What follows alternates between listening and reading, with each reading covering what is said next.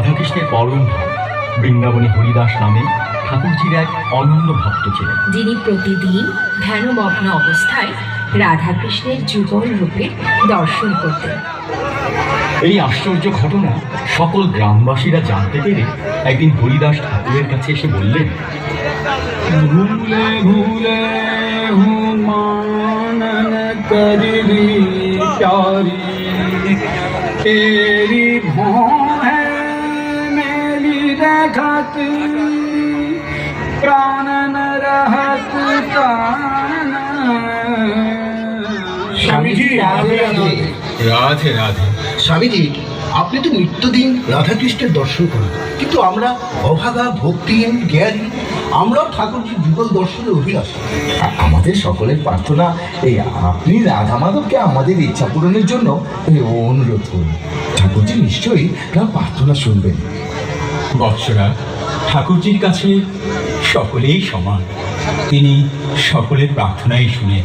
তবু আমি প্রার্থনা করব রাধা মাধব যেন আপনাদের মনোকামনা পূর্ণ করেন। রাধে রাধে। রাধে রাধে। পরের দিন ভক্তরাও আপনাদের যুগল দর্শনের অভিলাষী।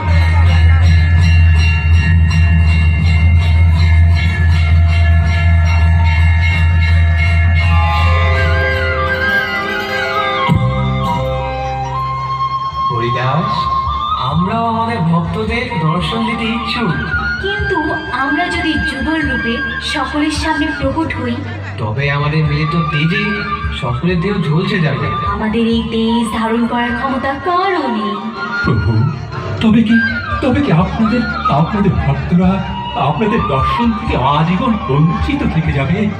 দুঃখ করো না বৎস, এই নাও আমাদের মিলিত রূপের মূর্তি, যা আজ থেকে শ্রী বঙ্গবিহারী জিও নামে সকলে জানবে। আমরা যুগল হলে যে তেজ উৎপন্ন হয়, এই মূর্তি সেই তেজ ধারণ করবে এবং সেই সাথে আমাদের থেকে ভক্তরা দ্বিগুণ কৃপা লাভ করবে। সেই থেকে রাধাকৃষ্ণ তারই যুগল রূপে, যা শ্রী বঙ্গবিহারী নামে সমগ্র বৃন্দাবন ধামে পূজিত হতে লাগলেন। একদিন এক অলৌকিক ঘটনা ঘটল মন্দিরে। ঠাকুরজির দর্শন করতে দূর দেশ থেকে এক রানী মন্দিরে। তার হৃদয় ছিল প্রবল কৃষ্ণ। শ্রী বঙ্গবিহারী দর্শন করে তিনি অপলক নয়নে তাকিয়ে রইলেন। মনে হচ্ছিল যেন ভক্ত আর ভগবানের প্রেম মিলন ঘটছে।